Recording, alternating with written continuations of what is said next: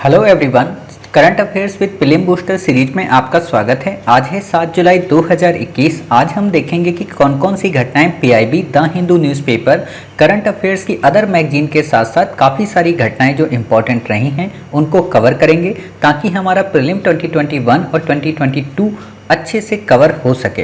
तो चलिए शुरू करते हैं। जैसा कि आप देख रहे हैं आज है 7 जुलाई 2021। तो आज हम देखेंगे कि पीआईबी में द हिंदू न्यूज़पेपर के साथ साथ अदर करंट अफेयर्स मैगजीन में कौन कौन सी घटनाएं इंपॉर्टेंट रही हैं।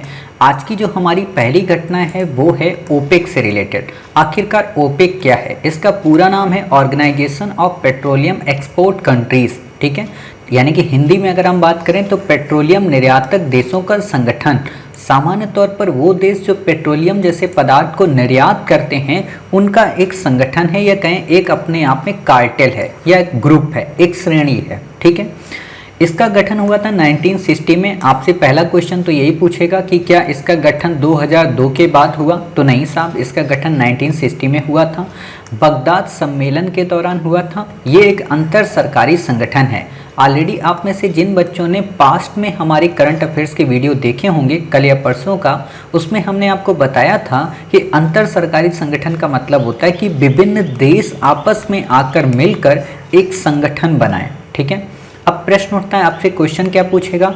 आपसे क्वेश्चन पूछेगा कि बगदाद सम्मेलन या बगदाद कॉन्फ्रेंस का संबंध किस संगठन से है? एपेक से है, ओपेक से है, आसियान से है या फिर ओआईसी से है?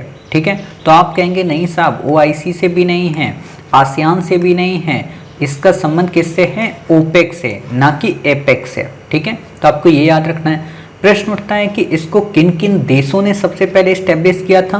तो ईरान ने, इराक ने, कुवैत ने, सऊदी अरब ने, वेनेजुएला ने। ठीक है, अभी हम इन सब की लोकेशन 3D मैपिंग के जरिए देखेंगे ताकि आपको सारे देश पता हो जाएं कि कौन सा देश कहाँ पे है। कई बार देशों को क्रम में लगाने के लिए क्वेश्चन आ जाता है उत्तर से दक्षिण। ठीक है, इस समय वर्तमान में इसमें टोटल 14 मेंबर हैं। इन 14 मेंबर के नाम आपको पता होने चाहिए क्योंकि ये इस वर्ष कोविड-19 के पेंडेमिक के दौरान काफ़ी ज़्यादा चर्चा में रहा है, और आपको पता होना चाहिए कि भारत सरकार का इसमें क्रिटिसिज्म भी इन्हीं ओपेक के कारण हो रहा है। ठीक है, तो एक एक नाम पता हो, क्योंकि यूपीएससी आपसे ये तो नहीं पूछेगी प्रीलिम में कि भारत सरकार को पेट्रोलियम पदार्थों को कम करना चाहिए, ज़्यादा करना चाहिए, या इस पर एक्साइज ड्यूटी या जो इम्पोर्ट ड्यूटी लग रही है उसके लिए क्या करना चाहिए, ये क्वेश्चन नहीं पूछेगा।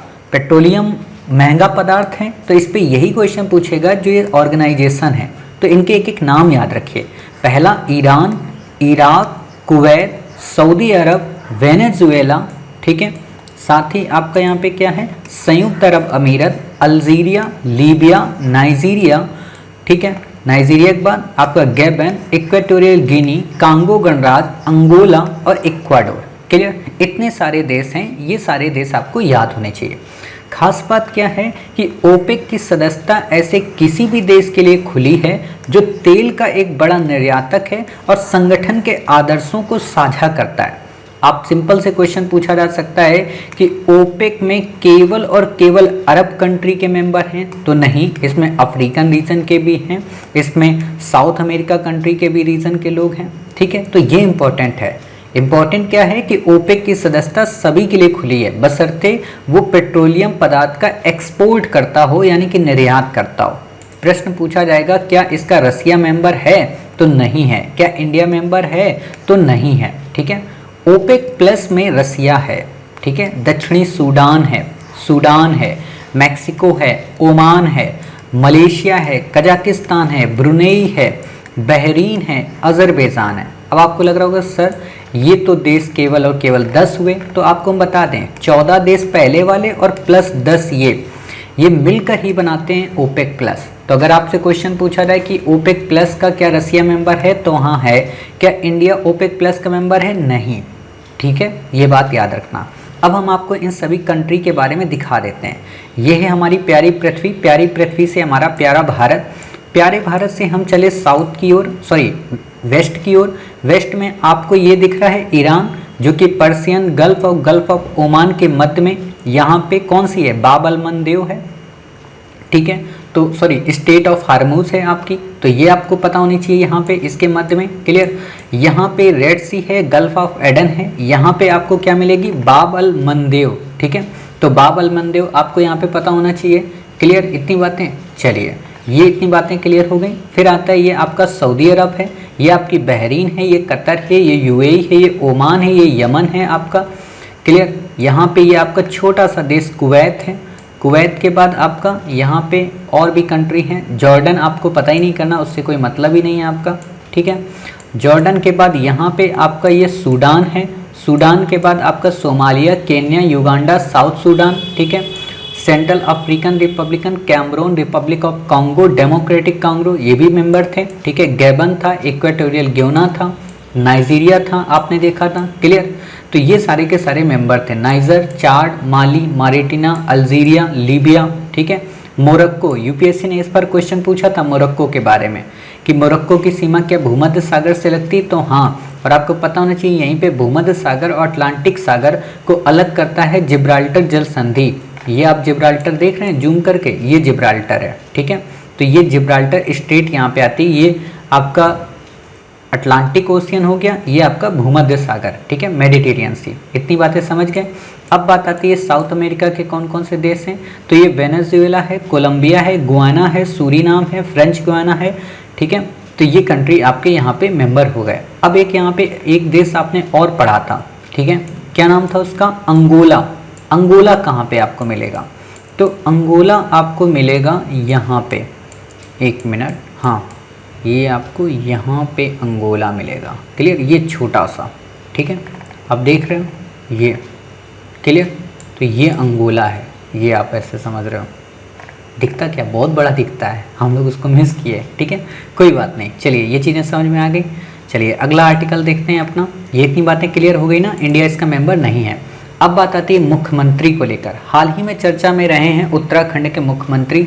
आपने देखा होगा 2 बार यहाँ पे मंत्री बदले गए, हरीश रावत के बाद अलग अलग मंत्री आने लगे। ठीक है, खैर हमें उनको याद नहीं रखना है, इम्पॉर्टेंट ये है मुख्यमंत्री का पद आपसे प्रीलिम में क्वेश्चन पूछा जा सकता है। तो आर्टिकल 164 में प्रोविज़न किया गया है कि मुख्यमंत्री की जो नियुक्ति है वो राज्यपाल करेगा। ध्यान देना, मुख्यमंत्री की नियुक्ति राज्यपाल करेगा। इसका कार्यकाल फिक्स नहीं है और ये राज्यपाल के प्रसाद पर्यंत काम करता है। प्रसाद पर्यंत का मतलब ये बिल्कुल नहीं होता है कि राज्यपाल जब चाहे तब हटा दे, बिल्कुल भी नहीं। इसको जब तक बहुमत प्राप्त रहेगा, जब तक विश्वास प्राप्त रहेगा अपने सभी विधानसभा के मेंबर का, सभी का मतलब बहुमत वाले मेंबर का, तब तक ये मुख्यमंत्री के पद पर बना रहेगा। ठीक है, दूसरी बात कि राज्य विधानसभा का सदस्य न होने पर ये 6 महीने तक मुख्यमंत्री बना रह सकता है। अब यहाँ पे एक कंफ्यूजन मैं आपको और बताऊं, इस बार का यूपीएससी प्रीलिम 2020 में एक क्वेश्चन पूछा था यूपीएससी ने कि वो व्यक्ति जिसकी आयु जो कि मतदाता की उम्र के योग्य है वो विधानसभा का सदस्य 6 महीने तक बना रह सकता है बिना किसी चुनाव के। ठीक है, या मंत्री का पद धारण कर सकता है। तो कंफ्यूजन यहाँ कई बच्चों को क्या हुई कि एक तो मतदाता की आयु दे दिया है। ठीक है, मतदाता की आयु वहाँ पे एक लिमिट है। ठीक है, कि इससे कम तो नहीं होना चाहिए। अब इससे ऊपर जो भी हो, तो इससे ऊपर विधानसभा की जो कंडीशन है वो 25 ईयर है। तो 25 ईयर का व्यक्ति बिना चुनाव लड़े कोई भी मंत्री पद धारण कर सकता है, अर्थात आप इस स्टेटमेंट को सही ही करेंगे। हालांकि यूपीएससी क्या मानती है इस पर यह डिपेंड करता है, बट ऑथेंटिक जो भी इंस्टीट्यूट हैं या ऑथेंटिक जो मानने की बात है वो यही है कि ये केवल मतदाता की आयु आपको भ्रम में लाने के लिए किया गया था, बल्कि आप पे क्वेश्चन केवल यही पूछेगा। क्यों? क्योंकि उद्धव ठाकरे साहब को उस समय ऐसे ही चीफ मिनिस्टर महाराष्ट्र का बनाया गया था, क्योंकि वो विधानसभा के मेंबर नहीं थे, विधान परिषद के भी मेंबर नहीं थे। उनके बेटे जो थे वो विधानसभा के मेंबर थे, ठीक है, बट वो नहीं थे, लेकिन उनको सीएम बना दिया गया था। तो वही बात यहाँ पे आपसे क्वेश्चन पूछ सकता है कि कोई भी मेंबर 6 महीने तक मुख्यमंत्री बना रह सकता है। क्लियर? इससे ज़्यादा आपको यहाँ पे कुछ भी याद करने की ज़रूरत नहीं है। ठीक है, इम्पॉर्टेंट क्या है कि राज्य योजना बोर्ड का ये अध्यक्ष होता है। राज्य योजना बोर्ड जो होती है क्षेत्रीय परिषद का क्रमवार उपाध्यक्ष होता है। अब प्रश्न उठता है क्षेत्रीय परिषद का अध्यक्ष कौन होता है? तो क्षेत्रीय परिषद का अध्यक्ष होम मिनिस्टर होता है। क्षेत्रीय परिषद के बारे में और आपको चीज़ें बता दें कि 5 क्षेत्रीय परिषदों को गठन किया जा चुका है, ठीक है, 1956 के एक्ट के तहत जो राज्य पुनर्गठन अधिनियम है।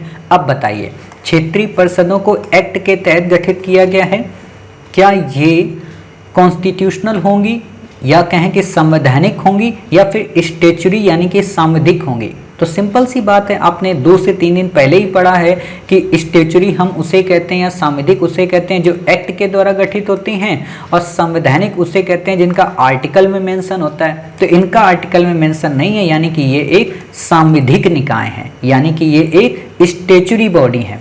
दूसरी बात, अंतर्राज्यीय परिषद। अंतर्राज्यीय परिषद के चेयरपर्सन कौन होते हैं? पीएम होते हैं, हेड, ठीक है। क्या ये कॉन्स्टिट्यूशनल बॉडी है? तो हाँ साहब, ये कॉन्स्टिट्यूशनल बॉडी है, क्योंकि इनका आर्टिकल में मेंशन है। क्लियर? किस आर्टिकल में मेंशन है आपको नहीं याद रखना, ये आपसे नहीं पूछेगा कि फलाना आर्टिकल आप हमें बताइए, ठीक है, आपको बस इतना पता होना चाहिए। यानी कि अंतर्राष्ट्रीय परिषद और नीति आयोग के हेड कौन होते हैं? प्रधानमंत्री। प्रधानमंत्री अन्य भी सहित संस्थाओं के हेड होते हैं, जैसे इंडिया की जो एटॉमिक एनर्जी बोर्ड है उसके मेंबर होते हैं, हेड होते हैं, ठीक है। CSIR के हेड होते हैं ये प्राइम मिनिस्टर अपने, ठीक है। नीति आयोग के हेड होते हैं, पॉपुलेशन आयोग के हेड होते हैं, NDMA के हेड होते हैं। ऑलरेडी हमने आपको प्रीलिम पैड जो भेजते हैं ना अपने प्रीलिम ग्रुप में या श्री IAS एकेडमी के ग्रुप में, आप में से जो बच्चे ना जुड़े हों वो नीचे दिए डिस्क्रिप्शन बॉक्स में टेलीग्राम की लिंक की मदद से जुड़ सकते हैं, और जब वो जुड़ जाएंगे तो उनको समझ में आ जाएगा कि हम इन चीज़ों को सिनॉप्सिस वाइज में भी प्रोवाइड कराते रहते हैं, ठीक है। चलिए, आत्मनिर्भर भारत के बारे में काफ़ी इंपॉर्टेंट है हमारा ये आर्टिकल। आत्मनिर्भर भारत आपसे वैसे प्रीलिम में तो नहीं पूछेगा, बट आपसे ये मानकर चलिए मेंस में पूछा जा सकता है। हो सकता है प्रीलिम में आपसे ये पूछ दे कि आत्मनिर्भर भारत में कौन सा कॉन्सेप्ट या कौन से पिलर शामिल नहीं है, क्योंकि UPSC है, कुछ भरोसा नहीं है, तो ये आपको पता होना चाहिए। पहला, इकोनॉमी इसमें है, यानी कि अर्थव्यवस्था की बात की जाती है। इंफ्रास्ट्रक्चर है, यानी कि अवसंरचना की बात की जाती है।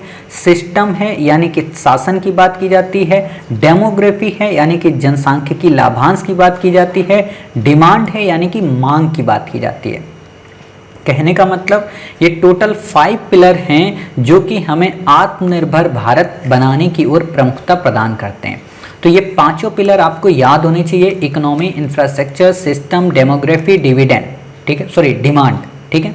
यानी कि आपका एक तरीके से मैं कहूँ कि EISDD, ठीक है, EISD², ठीक है। तो ऐसे आप याद कर लीजिए। बात आती है सेकेंड वर्ल्ड वॉर की। सेकेंड वर्ल्ड वॉर आपका इंपॉर्टेंट नहीं है कि ये 1939 से 1945 तक चला, ये इंपॉर्टेंट नहीं है, ये आपका मेंस में इंपॉर्टेंट है जब हम आपको वर्ल्ड हिस्ट्री GS के लिए पढ़ाएंगे। हालांकि अभी तो हम ऑप्शनल के लिए आपको पढ़ा रहे हैं, तो GS के लिए जब पढ़ाएंगे तो वहाँ पे हम सेकेंड वर्ल्ड वॉर आपको पढ़ाएंगे, ठीक है। इंपॉर्टेंट इसमें केवल यही है कि आपको पता होना चाहिए कि ध्रुवीय शक्तियाँ क्या हैं और मित्र राष्ट्र कौन कौन से हैं। ध्रुवीय शक्तियों का मतलब एक्सिस पावर आप हमेशा नाम सुनते होंगे, और आप ना अलाइन कंट्री नाम सुनते होंगे, ठीक है। तो ये पता हो कि ध्रुवीय शक्तियों के अंतर्गत जर्मनी, इटली और जापान शामिल होते हैं, ठीक है। मित्र राष्ट्रों में France, great Britain, USA, Soviet संघ और कुछ हद तक चाइना। सोवियत संघ हालांकि पहले ध्रुवीय शक्तियों में था, लेकिन बाद में जब जापान ने आक्रमण कर दिया तो सोवियत संघ चला गया मित्र राष्ट्र की ओर, ठीक है। तो ये बातें आपको समझने की आवश्यकता है। अब एक बार इन सभी देशों को हम दिखा देते हैं। ये जैसे कि आप देख रहे हैं, ठीक है, ये हमारा मैप है। यहाँ पे आप थोड़ा जूम करें, जूम करने के बाद आपको ये मिल जाएगा यूनाइटेड किंगडम, यानी कि ब्रिटेन हो गया आपका, ठीक है। ब्रिटेन के बाद आपका ये रसिया का क्षेत्र मिल गया आपको, ठीक है। रसिया के बाद आपका यहाँ पे ऊपर चाइना का क्षेत्र मिल गया, ठीक है। चाइना, ये हो गए आपके ध्रुवीय राष्ट्र, ठीक है। एक मिनट, अमेरिका वगैरह भी दिखा दें आपको। हाँ, ये आपका फ्रांस, ये आप देख रहे हैं, ठीक है, स्पेन के साथ सीमा बना रहा है। ये आपका इटली, ठीक है, इटली इससे रिलेटेड नहीं है, इटली हो गया, ठीक है। और आपका ये जर्मनी हो गया, और आपका ये जापान, ठीक है। तो आप देख सकते हो कि जापान कितनी दूर था, फिर भी वो जर्मनी और इटली के साथ में दोस्ती अपनी बनाई, ठीक है। तो इससे यही पता चलता है आप कितनी भी दूर क्यों ना हो, दोस्त अगर अच्छे हैं तो आप उनकी दोस्ती निभा सकते हैं। तो ये जापान है आइलैंड में, ठीक है। यहाँ पे 3 आइलैंड है, होक्काइडो, होन्शु और होक्काइकू, ठीक है। तीनों आइलैंड आपको याद नहीं रखने, बस पता होने चाहिए। क्लियर? इतनी सारी बातें पता चल गई, बाकी आपको क्या करना है, ठीक है। चलिए आगे देखते हैं। हाँ, USA तो आपको दिखाया नहीं, उसमें दिखाना क्या, यूएसए तो आपको अच्छे से पता है, अटलांटिक को क्रॉस करेंगे, ये आपका यूएसए मिल गया, ये आपका नीचे साउथ अमेरिका, ये नॉर्थ अमेरिका, नॉर्थ अमेरिका में कनाडा, यूएसए और मैक्सिको आते हैं, ठीक है, कई सारी कैरेबियन कंट्री आती हैं। आप सोचेंगे सर इतनी छोटी छोटी जानकारी आप हमें क्यों देते हो? कई बच्चे हैं जिन्होंने मैप अभी तक देखा नहीं है और जिनको मैप के बारे में पता नहीं होता, और आपको पता होना चाहिए, ऐसे आप मजाक मजाक में ना पूरा मैप रट डालेंगे, ठीक है, तो इसलिए थोड़ा मजाक चलता है। चलिए लास्ट हमारा आर्टिकल है केंद्रीय नियंत्रण प्रदूषण बोर्ड। यूपीएससी ने 2019 के पेपर में आपसे क्वेश्चन पूछा है, तो इम्पॉर्टेंट आर्टिकल है। ये एक स्टेचुरी बॉडी है, सिंपल सी बात है। अब स्टेचुरी होगा, सांविधिक होगा, किससे होगा? एक्ट के द्वारा बना होगा। किस एक्ट के द्वारा? 1986 के पर्यावरण संरक्षण अधिनियम के अंतर्गत इसको काफ़ी सारी सुविधाएं प्राप्त हैं, ठीक है, ये बात याद रखना। यहाँ पे आपको क्वेश्चन क्या दे देगा कि 1972 के वन्य जीव संरक्षण अधिनियम के अंतर्गत, तो गलत हो जाएगा, ठीक है, तो आपको ये पता हो। दूसरी बात इसमें ये पता हो कि ये न केवल जल प्रदूषण को डील करता है बल्कि वायु प्रदूषण को भी डील करता है, और यूपीएससी ने यही क्वेश्चन पूछा था कि क्या ये वायु प्रदूषण को डील करता है, तो आप बता सकते हैं कि हाँ साहब, ये वायु प्रदूषण को भी डील करता है और जल प्रदूषण को भी डील करता है, ठीक है। इससे ज़्यादा आपको इसमें कुछ भी याद करने की ज़रूरत नहीं है। बाकी हम आपको ये बताएंगे केंद्रीय प्रदूषण नियंत्रण बोर्ड के द्वारा जो इंडेक्स जारी किया जाता है प्रदूषण को लेकर, वो क्या होता है, उसमें कौन से शामिल होते हैं, वो आगे पढ़ाएंगे, ठीक है। जैसे जैसे देखो आता रहता है वैसे पढ़ाते रहते हैं, क्योंकि हमें तो रोज़ पढ़ना है ना, और रोज़ ये सारी चीज़ें चर्चा में रहती हैं, ठीक है। तो उम्मीद है आपको आज की क्लासेस काफ़ी अच्छे से समझ में आई, आपको ये भी समझ में आया कि हाँ आज कौन कौन सी घटनाएं इंपॉर्टेंट थे। मिलते हैं अपने नेक्स्ट यानी कि 8 जुलाई 2021 के करंट अफेयर्स के साथ। तब तक अपना ख्याल रखिए और स्वस्थ रहिए।